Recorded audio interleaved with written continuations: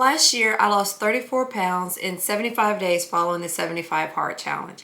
I went on to follow the 75 Hard task for 116 days total. And I'm going to give you some hacks to completing the 75 Hard Challenge. Because the challenge is hard, the challenge is inconvenient, it's designed that way for a reason. But I'm going to give you some tips and tricks that will help you to power through the task every day on your journey to completing 75 Hard. So to start, I did 3 things when starting the 75 Hard Challenge. The first thing I did was I did not set a weight loss goal. The 75 Hard Challenge is not a weight loss challenge. It's not a physical transformation challenge. It is a mental challenge. And this was not my first attempt at 75 Hard. But what happened in the past was I would set a weight loss goal, and when I didn't see the scale moving every day, then I just gave up. And it wasn't worth all of the hassle of the challenge. This time around, I decided I was not going to set a weight loss goal. I was going to follow the challenge as it was intended to be followed, and my only goal was to finish the challenge. That was my only goal. Get through all of the tasks every day for 75 days just to say you can finish the challenge. Do not worry about what the scale says. And that was the only goal that I had for 75 Hard. The second thing I did was I read the book. So the challenge creator actually wrote a book about 75 Hard and gave you some really great information about completing each task. And one of the things I liked about the book was he really went in depth about why the 75 Hard Challenge is designed the way it's designed. And in reading that book, it gave me such great insight into the challenge that it gave me the motivation to finish it. I really just wanted to finish it at that point after reading the book. Like, no matter what it takes, I just want to be able to say, I finished this challenge. And I got that motivation, I got that determination from reading the book and getting the insights into the mechanics behind the tasks that you're completing every day. So best advice, read the book. It has such great information, and I think it will truly help you on your journey. The third thing I did was I downloaded the 75 Hard app. There is an actual app for 75 Hard. I found it in the App Store. I think at the time it was about $4.99, but it's a one-time purchase. And it is just like a checklist. It's a checklist every single day where as you're completing the task, you go into the app and you check off the different tasks.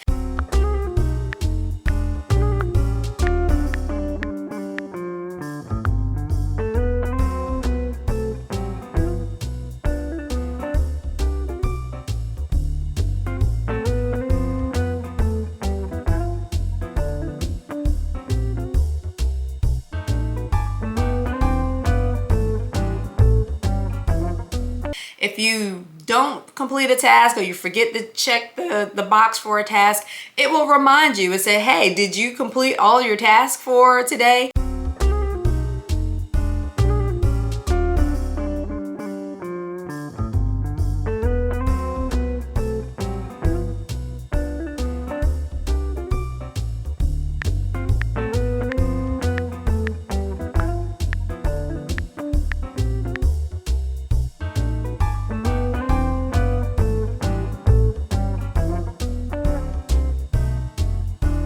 And if you did, it gives you an opportunity to say, yes, I completed it, let me finish my checklist. Or it gives you an opportunity to say, no, I did not finish all of my tasks. Now, if you finished all the tasks, it advances you to the next day. If you know the 75 Hard Challenge, if you don't complete all the tasks or you don't complete the tasks the way that they're intended, you have to start back over from zero. So if you tell the app, hey, I didn't finish my task for the day, it will automatically start you back over at zero. And so I really like that because it kept me on track. It kept me focused. As I finished the tasks throughout the course of the day, I would just click those check boxes, and me being me, I like checklists and I like to mark things off as complete, and so it was perfect for me. All right, so I'm going to give you a little insight into each of the actual challenge tasks and how I went about completing them and what I found to help me be successful in completing them every single day. So the first task that I'm going to talk about are the 2 workouts per day. One has to be outdoors and they have to be at least 3 hours apart. And again, this challenge was designed to be inconvenient. You cannot double up on your workouts and do one 90-minute workout and call them your 2 workouts. You have to do them 2 separate workouts, at least 3 hours apart, and one has to be outdoors. So the best advice I can give you for the 2 workouts is to get that outdoor workout done as early as possible in the day. I would wake up 5 o'clock in the morning, and at the first light, I was headed out the door, getting in that 45-minute workout. I wanted to be able to get that workout done as quickly as possible in the day so that I didn't have to worry about it. What I really didn't want was for it to be 9, 10 o'clock at night and I hadn't done my outdoor workout, because at that point I wasn't going to go walk around the neighborhood in the dark. And so that was really what I was trying to prevent. Also, I've got caught in the rain before. I've got caught in the rain a couple of different times and had to walk in the rain. I had to walk in a thundering downpour one time because I had to get in that workout and I didn't get it in early enough in the day.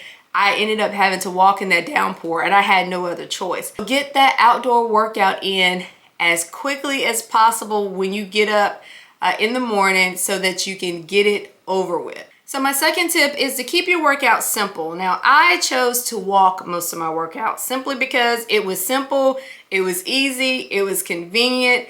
All I needed was a great pair of walking shoes. I could walk around my neighborhood, I could walk on the treadmill in my house. If I was traveling, I could walk on the treadmill in the hotel. I have walked around the parking lot of a hotel for a week when I was on work travel. I've walked in an airport terminal. I've walked in the airport parking lot. We were on vacation and went to 2 amusement parks last year. And while my husband and son were standing in line for rides, I was walking laps around the amusement park. So walking is just really simple because again, it doesn't take a lot. It doesn't take a lot of equipment. You just get up and go. And so keep your workout simple. Don't think you have to do this, that, and switch it up all the time. Most of my workouts was just walking.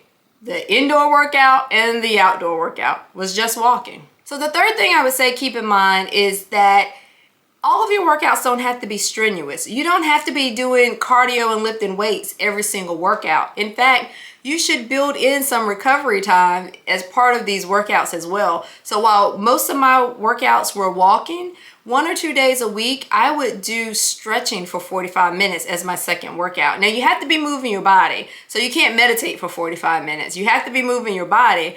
But I would do stretching for 45 minutes, just 45 minutes of stretching. I would pull out the Peloton app and I would stretch for 45 minutes. And you really should be doing that as part of this challenge. If you're going full out 2 workouts per day for 75 days, you're going to be really taxing your body. You're really going to be stressing your body. So keep in mind, what are some of the things that you can do for active recovery once or twice per week so that you're giving your body a rest. You're still moving your body, but you're also giving it rest. All right, so let's talk about the gallon of water, because this was the toughest task for me by far. And not only because a gallon of water is a lot of water, but because I have a sleeve. So I am physically limited in the amount that I can ingest at one time. And so sometimes I have to make some decisions between whether or not I was going to drink water and I was going to eat. Now, I don't recommend that for you. I recommend you follow some of these tips that I'm about to give you for making the water part of this challenge a lot easier. Okay, so the first tip that I'm going to tell you is to start early. You don't want to be in a position where you're trying to chug water real late at night. Sometimes it's physically impossible for you to do that anyway. You want to start early. You have 24 hours in the day. One of the things that I started doing towards the end of the challenge, which I wish I had thought about at the beginning of the challenge, is I would set water on my nightstand. I wore just a plain water bottle on my nightstand.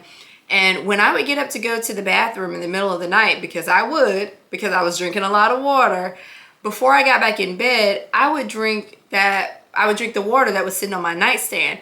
And it didn't matter that it was 2 a.m. because I have 24 hours to get in this water. So it counts, right? It counts towards my next day's water.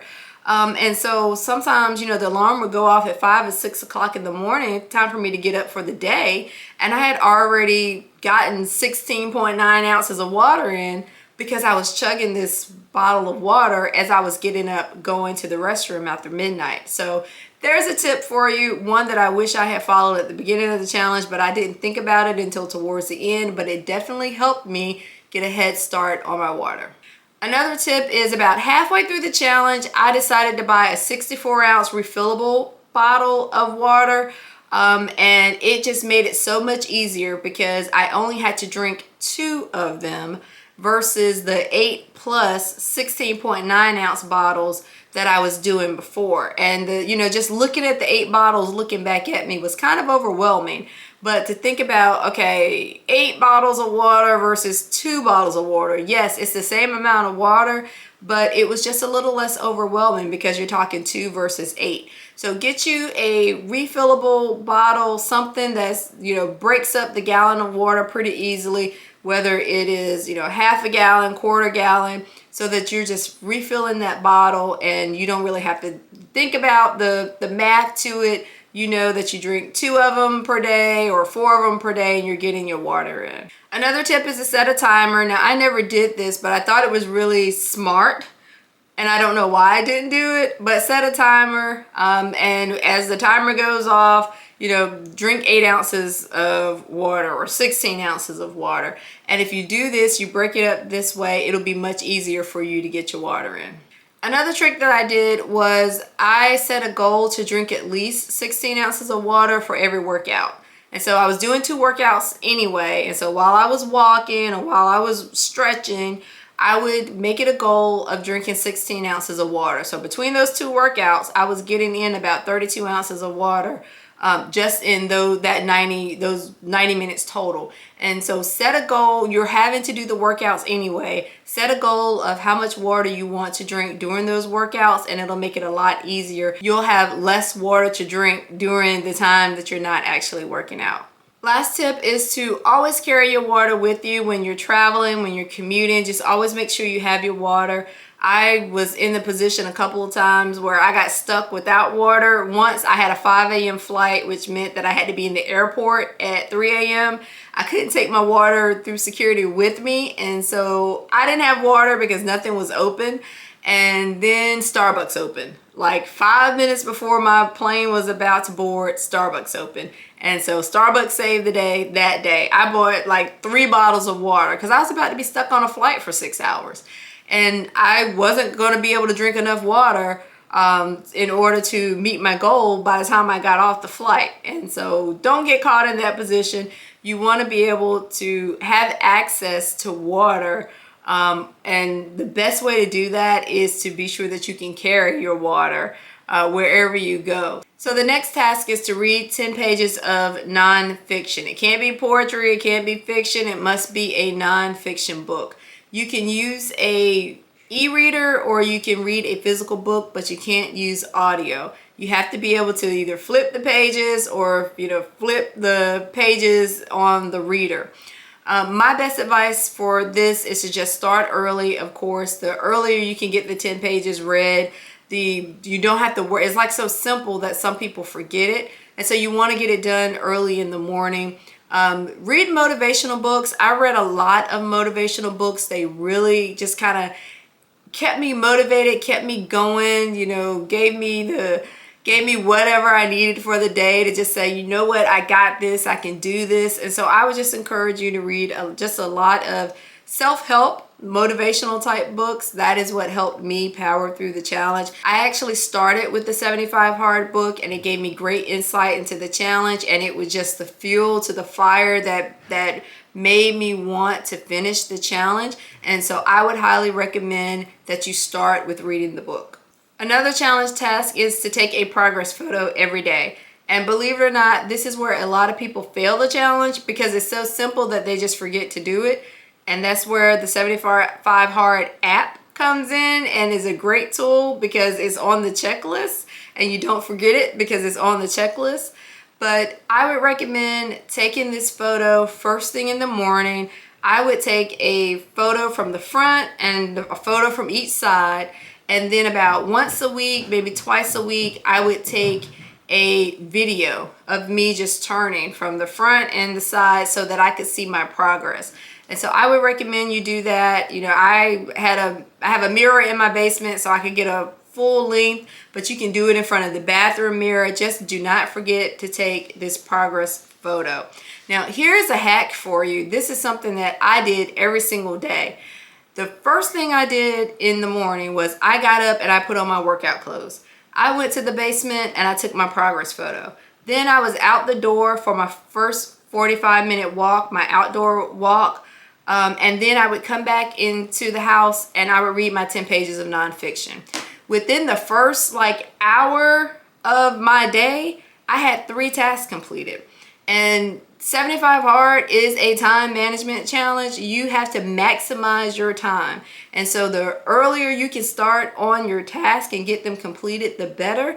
And it just felt really good to be able to go to that app. I had only been up an hour, but to go to that app and check off 3 of the tasks for the day. And so that is a hack for you. If you can get 3 of those things done within the first hour, then you're halfway done with the task for the day.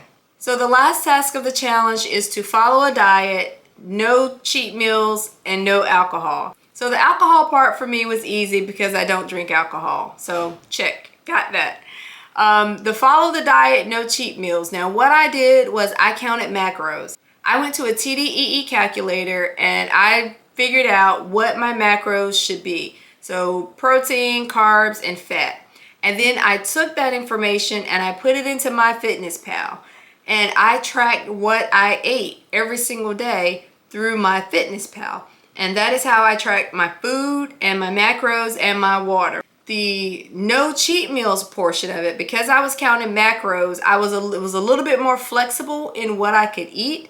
But the no cheat meals for me was processed sugar.